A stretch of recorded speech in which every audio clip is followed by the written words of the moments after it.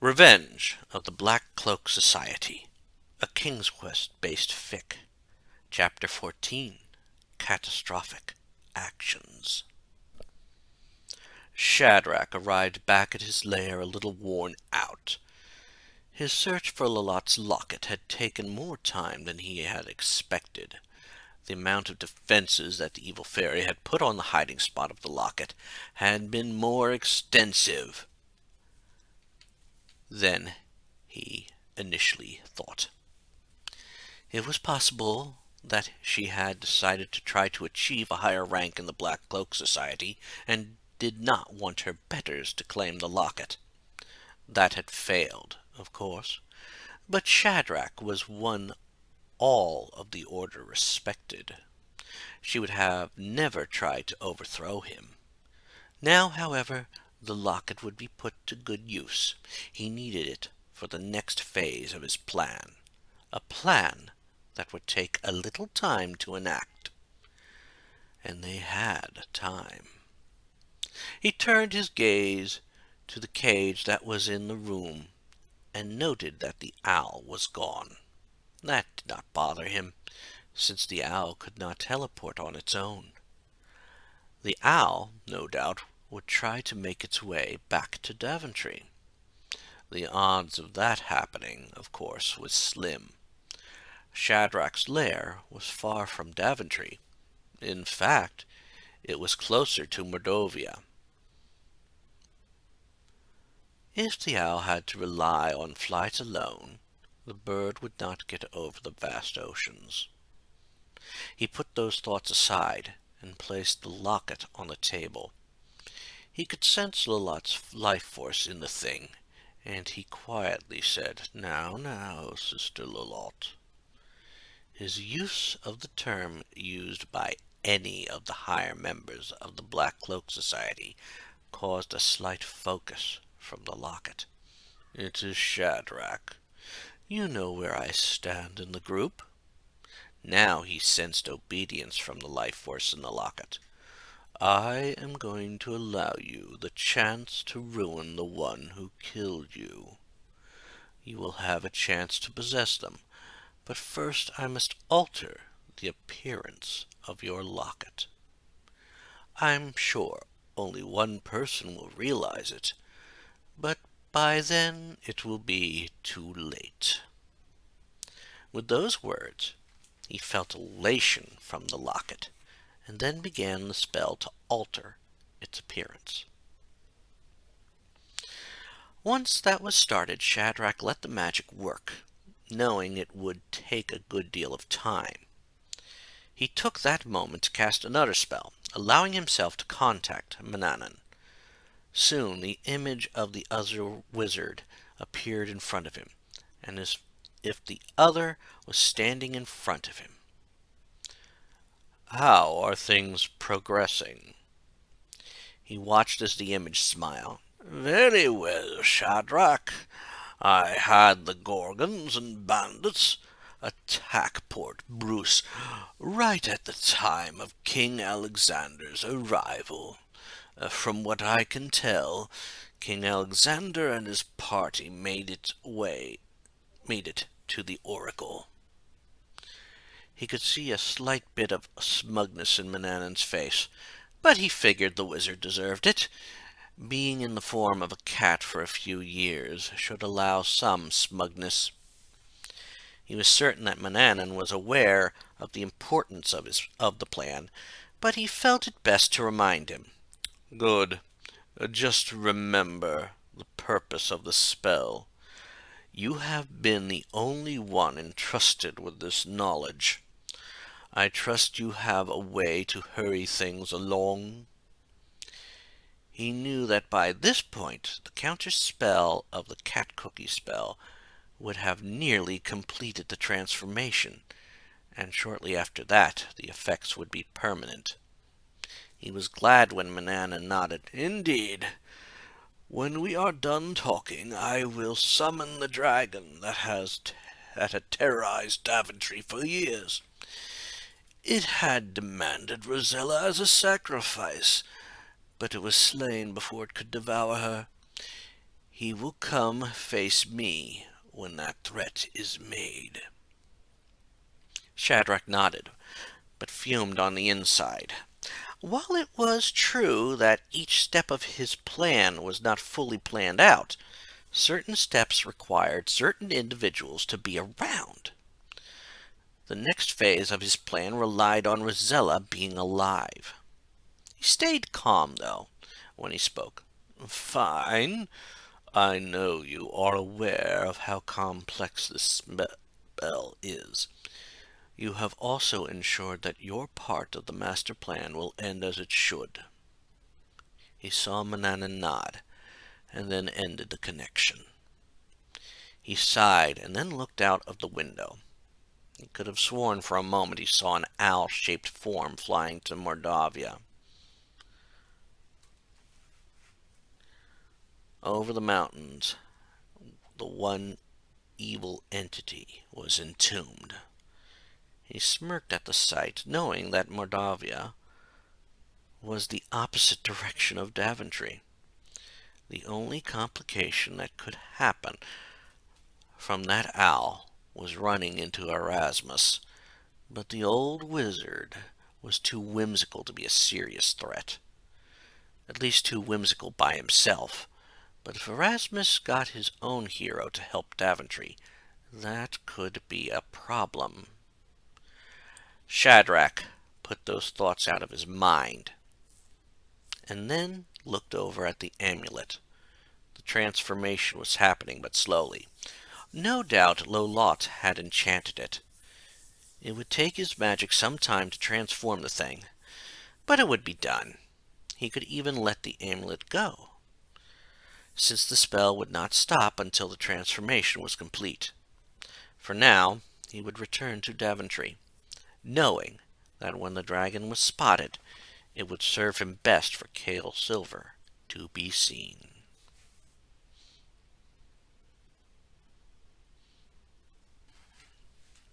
The second the image of Shadrach disappeared from his sight, Manannan made his way down to his lab. Even after so many years in the feline form, the place felt the same as it had, even though the historian had altered things. Luckily, all his magical books and such remained on their shelves, but were probably inspected by the late historian. It had been a good thing that they killed him with that foreign spell. Once he had gotten down to the lab, he walked over to the ancient spell book and paged through it. He saw all the telltale markings that Alexander had seen some of the pages, but as he got into the higher numbered pages, he could tell the boy hadn't seen those.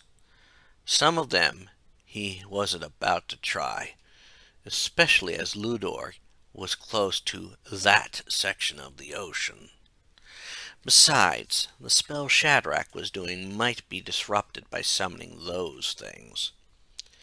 He finally reached the page he had been looking for and smiled. He had cast this once before, and it had plagued Daventry for years. Alexander had somehow managed to destroy it before it could claim its last victim. Once he brought it back, it would destroy Daventry unless they sacrificed that victim to the dragon.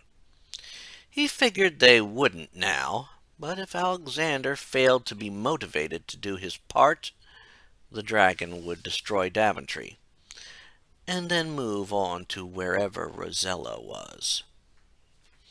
Manannan took a deep breath, calming himself for the summoning. A three-headed dragon was difficult to summon, since the creature had 3 minds. Each head had its own mind, and they were all vicious. Only one other creature was equally dangerous, and after being a cat for so long, he had new respect for the cat-like demon called Grebo. If you had respect for what you were summoning, it added to the successfulness of the spell. Once he had everything in place, he began the spell. He felt the air grow cold as the spell continued, and the will of the creature started to fight him. He asserted his control, and the first head bowed to him. Soon after that, the second head bowed. That didn't surprise him, since he had summoned the creature before. The real test would be the last head. It was usually the middle head, where the main brain was. Dragons were one of the most intelligent of magical beings, and it would take great skill to bend the main brain to his will. It took surprisingly little time, but he had already displayed dominance over the dragon before. The dragon was his again, and he gave it the command he was certain it would obey. Go to Daventry and claim the last victim that you were denied. Destroy all that stands in your way. Instantly, he felt the dragon give acknowledgment, and it set its course. Manannan opened his eyes, momentarily disoriented. After a few deep breaths, he made his way out of his lab and up to his telescope. It would not take long for him to locate the dragon, and it would even give him time to calculate how long to give Alexander to show up. After all, it was all part of Shadrach's plan for the Black Cloak Society to get its vengeance on the royal family of Daventry. After a few moments, he trained the telescope on a huge, fiery figure flying far north of Llewdor. It was the dragon. No doubt as it made its way down to Daventry, any dormant, or even the good dragons, might feel the presence. That was of little concern to him. The time was also right that the dark powers in the forbidden part of the ocean was also at its weakest. The dragon would fly by that untouched. He then turned his attention to Llewdor itself. He knew the mortals of the land would wonder how he knew everything of their lives. No one realized that the telescope, while always aimed at the heavens, could also see what happened in the land. He could see the havoc as well as the statues that had been the inhabitants of Port Bruce. He even watched as some of the bandits took some delight in vandalizing the homes. Some of the crueler ones even struck at the statues, turning a few into bloody corpses. When he was done, he would call them back. He then looked around and found the Oracle's cave. That prophetic entity was the only bastion of good that remained during his reign. No doubt that when he returned, the Oracle made sure everyone ended up there. In fact, just by looking at it, he could sense Alexander was there, no doubt closer to the cat form than before. It would take a good deal of magic to get through, but he could do it. In fact, he would do it twice, since he needed to deliver an ultimatum. He returned down to his lab and started to prepare. As he did so, Manannan wondered what looks would be on the faces of his foes. He could imagine the fear that would appear on their faces when they realized the dragon was coming for Rosella. He could even imagine the anger on Alexander's face when the transforming king realized what it meant. The image he could not wait to see, so he began casting the spells.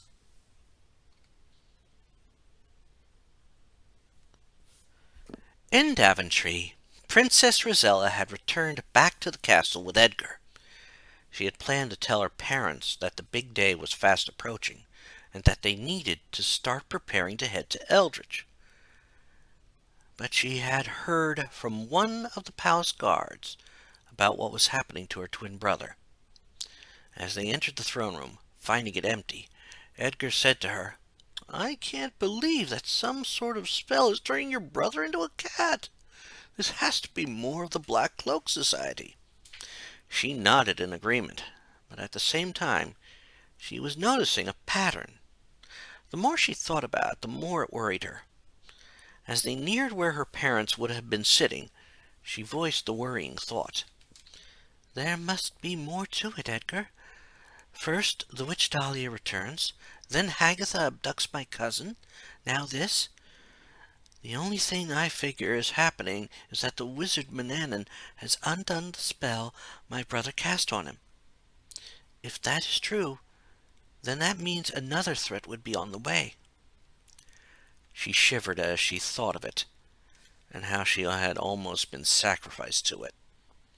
She knew that Daventry had been in dire times back then, and even willingly accepted the fate. Edgar didn't need to know about it, nor the other nagging thought in the back of her mind. They both turned to face the door, as her musings were ended by the sound of the door opening again. She saw two figures come in, both rushing forward in surprise to see them there. The one she recognized was Crispin, the wizard who helped her father, and had taken to the shortened version of his name. The other was one she only briefly knew, but heard that the young man was now the royal historian, Cale Silver. As the two approached, however, she heard one of them, Cale Silver, say, "Are you sure? You say a dragon is coming this way?" At that moment, Rosella felt the bottom drop out of her stomach. With what was happening to her brother now, and her parents not around at the moment, she was afraid to ask the question that was on her mind. She knew she would have to ask it, but she really didn't want to. It took her a moment, but she asked the question in a shaky voice. "What is this about a dragon?" The question caused everyone to stop. The people of the castle knew the history of Daventry, and the hard choice her parents had to make. Even the new historian knew, and for some reason that unnerved her more than the news of a dragon. She didn't want to dwell on that, though. Right now she wanted to know about the dragon. Since no one had answered the question, she started tapping her foot. It was a habit she had gotten into since she was a child, but it usually got someone to answer. That someone, she noticed, had been Crispin. "Yes, your majesty. A dragon has been spotted headed for Daventry. I have already sent word to your parents, who are still in the Green Isles, and even sent word to the king of Samaria. I highly doubt it is the same beast that wanted to consume you." Somewhere in what she heard the wizard say, she could hear what had gone unspoken. He wasn't certain, but with everything that had been happening, she felt he thought it was very likely. She felt a hand on her shoulder and realized it was Edgar's. She felt a little better when he did that, and part of her felt grateful when he spoke. "Maybe we should return to Eldritch. You should be safer there, and we can ask the crystal dragon down in the underground to bring aid." She had forgotten about the crystal dragon. She would gladly come to Rosella's aid, especially after the help she had given. That thought froze in her mind as another voice filled the room. "Did Princess Rosella lose the bravery that made her sacrifice herself all those years ago? That is a shame." She turned around and faced the magic mirror. On it was a face of an old bearded wizard, but unlike Crispin, this face had mean eyes. It was the wizard Manannan, and the look on his face told her that he was enjoying this. She also realized that the taunt was meant to upset her, but she did not care at this point. She stepped towards the image and said, "I will not be fleeing from Daventry. That beast will be stopped before it gets here. She had no doubt it would be stopped, and she would not be afraid, not now. She had faced evil ogres, evil cave trolls, and at least 2 evil fairies, not to mention those weevils and slocks when her parents were away while she was growing up. Regardless of her beliefs, when the evil wizard spoke again, the malice in his voice made her afraid. "It will only be stopped if your brother manages to stop me. I'm the only one that binds that creature to this world, and it still wants the meal it had been denied. If you were to flee, it would follow you. Now either you die and Daventry falls, or your brother comes to face me." With those last words, the wizard's image disappeared, and new discussions started. While people talked, Rosella realized the fear had frozen her in place. She also realized something else. Manannan wanted her brother to face him. Her death was only a secondary prize, or what seemed less likely and more scary. Her death was not desired.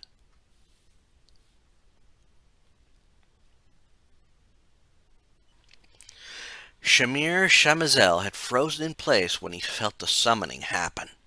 It was powerful, and while it was not an attempt to summon him, he knew the beast summoned would be powerful. Of course, that could be any of the dark creatures, including one of pure darkness. For a moment he sensed a slight feline desire, and an inherent fear of the feline demon called Grebo entered his mind. He hoped that was wrong, since some rumors stated the beast had taken itself out of the game by falling in with some witches. After a tense moment, he felt the form the summoning had taken. It had 3 reptilian heads of pure malice and a hunger that would not be quelled. He could even tell the beast had been denied its last meal, and it now planned to get that meal. That last thought made Shamir look around the cave, and instantly he figured that the people of Llewdor would be that meal. He even felt the land would burn. He could just tell how long they had, or if they would even be safe in the cave. He turned to Alexander and did his best not to be fazed by the changes that had come over the King of the Green Isles. The man truly looked like a cata now, but was starting to shrink in size. He had to warn the king. "Sire, I just felt a summoning take place, and I know for certain that Manannan has summoned a 3-headed dragon. The beast is flying right now." He heard a collective gasp come from all the people in the cave, including the oracle.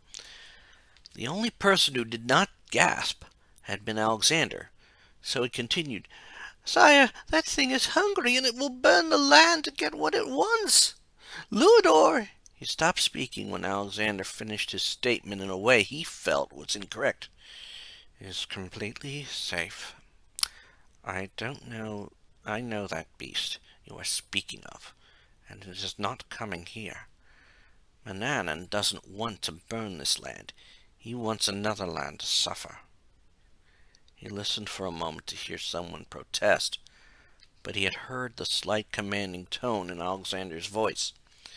What the king said was the truth, and they knew it through the tone. Instantly he saw concern in Saladin and Celeste's face. They were thinking the same thing Shamir was thinking. If the dragon was not coming to Llewdor, it was heading somewhere else, and they both thought that the land of the Green Isles were the target.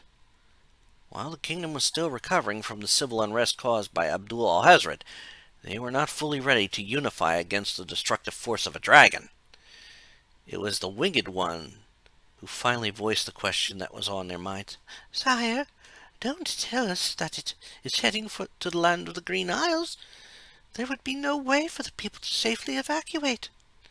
Shamir felt a bit of relief again when Alexander shook his head, but then felt bad for it when Alexander spoke again.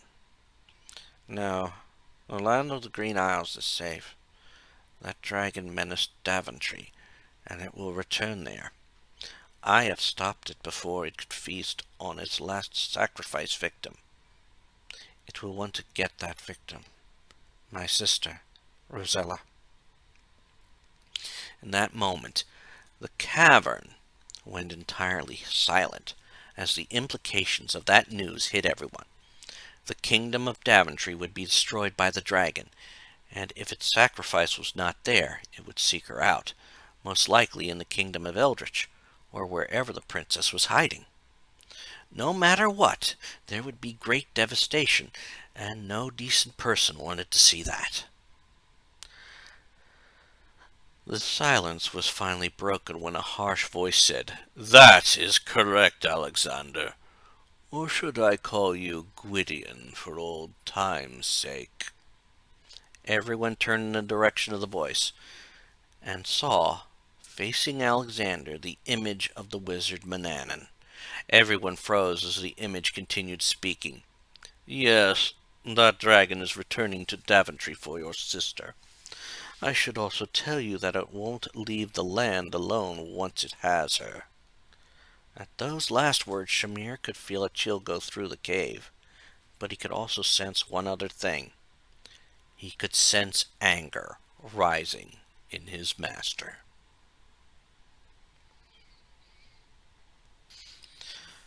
Alexander felt his anger rise when he heard Manannan utter those words, but it continued to rise when the wizard continued speaking. "Once it is done with Daventry, it will go everywhere your dear sister has been. Tamir, the Green Isles, Eldritch, and Kalima. So many kingdoms destroyed by the simple fact that she had been there." Alexander could hear the enjoyment in the evil wizard's voice, and it made him more determined to stop Manannan. He stepped towards the image, and a purr-like growl escaped his lips as he spoke. "If you think I will let you get away with this, Manannan, you are wrong. I will stop you and make you dispel the dragon." He watched the evil wizard's face for a moment, wondering if the man was taking him seriously, since thanks to that wizard he was becoming a cat. He then saw a smirk cross the evil wizard's face. "The only way you can stop it, Alexander, is to meet me in my home. If you do so before the dragon reaches Daventry, I will dispel it. I will also do so before we speak." Alexander heard a laugh as that last word was spoken. That made him suspicious, or if not that, the feline instincts arriving in him. He then said in a low growl, "Is that what you want, Manannan? A chance to finally kill me as you had planned long ago? Or is there something more you want?" He could imagine what the wizard would want. Power and riches that were beyond human measure. He was actually shocked when the wizard laughed at that. "Those I can get without your help. It is time you learn that in order to truly defeat a wizard, you must duel them." Alexander wanted to protest, but then recalled the duel his father had with Mordak. They had a true wizard's duel.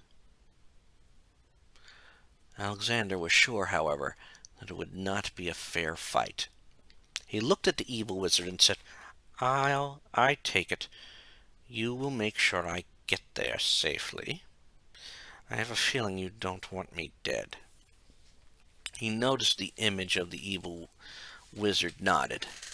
The wizard wanted this duel, but then why sick the Gorgons on Port Bruce? Something in him started to think back on what the oracle had said. If the wizard was in on that spell, then the wizard wanted to be defeated. In the same respect, he couldn't let the wizard win now. But if he did, there was a chance it would mess up the spell in a catastrophic way. As he pondered that, he heard Saladin come over, and the guard dog softly said, "Sire, this is a trap. He knows you can't do much magic in your condition. He will slaughter you." Alexander had not thought of that angle. The wizard could kill him, and then kill himself to further the spell along, until... He looked right at the guard dog and asked the question, "Is Abdul still in the dungeon?" When the guard dog nodded, he then said, "Then he won't kill me. If the Black Cloak Society is using some huge spell, it will need Abdul to do something in the future, and he'll want to go after me. Manannan must be aware of that." He paused when Shamir had walked over and shook his head. "He might not be aware of it, sire. I don't think either of the others were aware of that master spell. Besides, would they have done what they did if they were aware of the spell?" It was another good point, but in the end those points could not outweigh the fact that the dragon was flying towards Daventry at this very moment. Alexander knew what his answer was. He looked at the image of the wizard. "I will come and fight you, Manannan." He saw the image of the wizard smile and then disappear. Obviously, he didn't need to be told where to go. He knew the way to the house by heart. Alexander, however, did not fully trust the evil wizard, and he beckoned over his entire group. "Listen, I am certain it won't be easy to stop Manannan. I also won't believe him to have a cottage devoid of traps.